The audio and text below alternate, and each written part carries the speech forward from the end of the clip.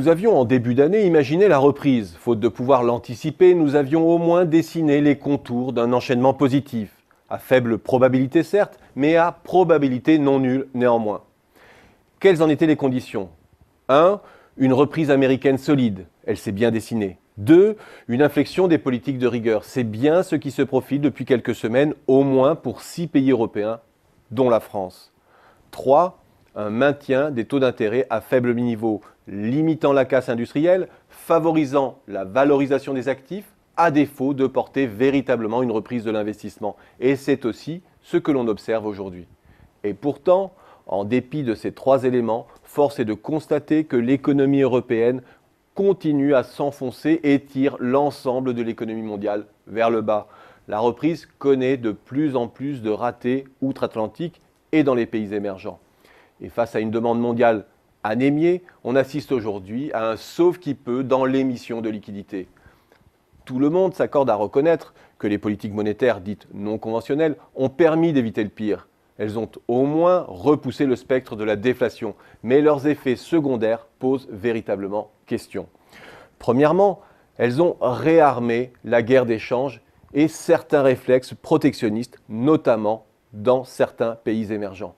Et l'appréciation induite de l'euro a eu des effets dévastateurs sur la zone. Seule l'Allemagne est aujourd'hui armée pour soutenir le niveau actuel du change. La combinaison de la rigueur budgétaire, salariale et monétaire a produit en revanche des effets délétères sur la croissance du Sud.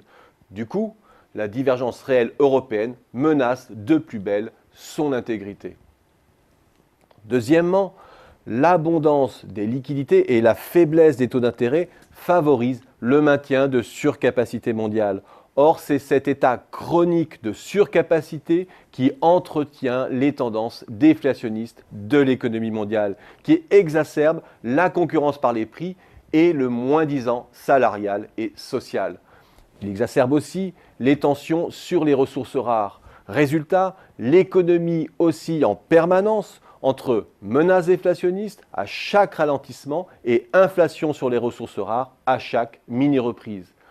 Aucun régime stable de croissance donc. Dans ce contexte, le pire n'est pas à exclure. Le pire, ce n'est pas une remontée des taux longs sous l'effet de l'explosion de la bulle obligataire. Le pire, c'est une rechute de l'économie américaine combinée à une déstabilisation des économies chinoises et coréennes. Le pire, ce serait une perte de crédibilité des banquiers centraux sur leur objectif d'inflation positive. Le pire, ce serait que l'ensemble de l'économie mondiale bascule dans la trappe de la déflation. On comprend dès lors que le catéchisme de l'austérité se soit relâché en Europe.